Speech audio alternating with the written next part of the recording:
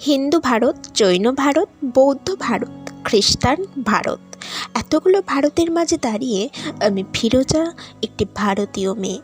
আপনারা বলতে পারেন আমি কী দোষ করেছি? পৃথিবীর যে কোনো দেশের যে কোনো একটি মেয়ের মতো আমি একজনকে ভালোবেসেছিলাম। প্রথম যেদিন ওর চোখে পড়েছিল আমি জানতাম না ওকে। বিকেলবেলার কলেজ ক্যাম্পাসে যে আলো এসে পড়েছিল ওর চুলে, তার কথাও লেখা ছিল ওর ধর্ম। হিন্দু ভারত, জৈন ভারত, বৌদ্ধ ভারত, খ্রিস্টান ভারত। আপনারা বলতে পারেন আমি কী দোষ করেছি? আমি যেদিন হাতে মোমবাতি নিয়ে উঠে দাঁড়ালাম, আমি যেদিন বলে ফেললাম আমি শরীয়ত মানি না, আমি যেদিন বুঝিয়ে দিলাম ভারতবর্ষের মাটিকে মা বলে জানি, ভারতবর্ষের আকাশকে আকাশ, সেদিন থেকে শুরু হলো অত্যাচার। হিন্দু ভারত, জৈন ভারত, বৌদ্ধ ভারত, খ্রিস্টান ভারত। আপনারা বলতে পারেন আমি কী দোষ করেছি? ছেলেটা তো আপনাদের, সে কী দোষ করলো? আমাকে ভালোবাসাই তার দোষ? ছেলেটার বাড়িতে আপনারা ঢিল ছুড়লেন, পার্সেল করে ছেঁড়া চুটি পাঠালেন, ওকে হাতে মেরে বাড়ির দেওয়ালে বড় বড় করে লিখে দিলেন এসব চলবে না। লজ্জা করে না আপনাদের? আপনারা এগিয়ে থাকা মানুষ, MA pass, BA pass, doctor, engineer, আমলা, মাস্টার, আপনারাই গণতন্ত্র নিয়ে ভাষণ দেন আর প্রয়োজন মতো গণতন্ত্রের টুটি টিপে ধরেন। ঠিক আপনাদের।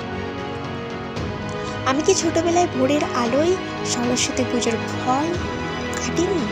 আমি কি স্কুলের বারান্দায় বসে রাত জেগে আলপনা দিইনি? আমি কি পাশের বাড়ির হিন্দু বাবার জন্য রক্ত দিইনি? ওদের বাড়ির উঠোনে বসে ওদের ছেলেদের অ, আ, ক, খ শেখাইনি? আমি আরবি শিখিনি, ফার্সি শিখিনি, উর্দু শিখিনি। বাংলাই আমার ভাষা। এই ভাষা আমার ভাত, আমার রুটি, আমার চোখের কাজল, আমার পায়ের ঘুঙুর। এই ভাষা আমার গোপন চিঠি, যার অক্ষরে অক্ষরে লেগে আছে আমার চোখের জল। আমরা যেদিন বিয়ে করি সেদিন কফি হাউস গিয়েছিলাম। ও সেদিন আমাকে ঝোলাভর্তি রবীন্দ্রনাথ কিনে দিয়েছিল। হাওড়া স্টেশনে পৌঁছে কানে কানে রবীন্দ্রনাথ বলেছিলেন, ফিরোজা, তুমি আমার মৃন্ময়ী, তুমি আমার লাবণ্য, তুমি আমার সুচরিতা।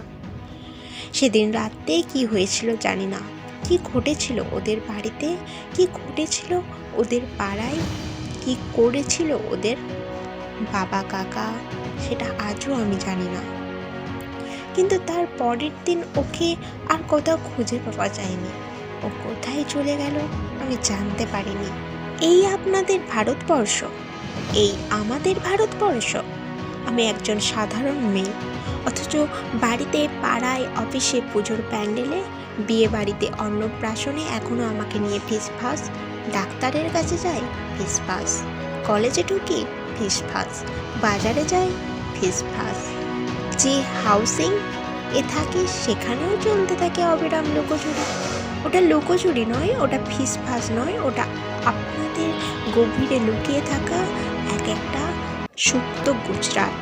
যদি আপনাদের হৃদয় বড় না করেন, আকাশের দিকে আপনারা যদি না তাকান, এই পোড়া দেশে আরও আরও আরও অনেকগুলো পোড়া গুজরাট তৈরি হবে।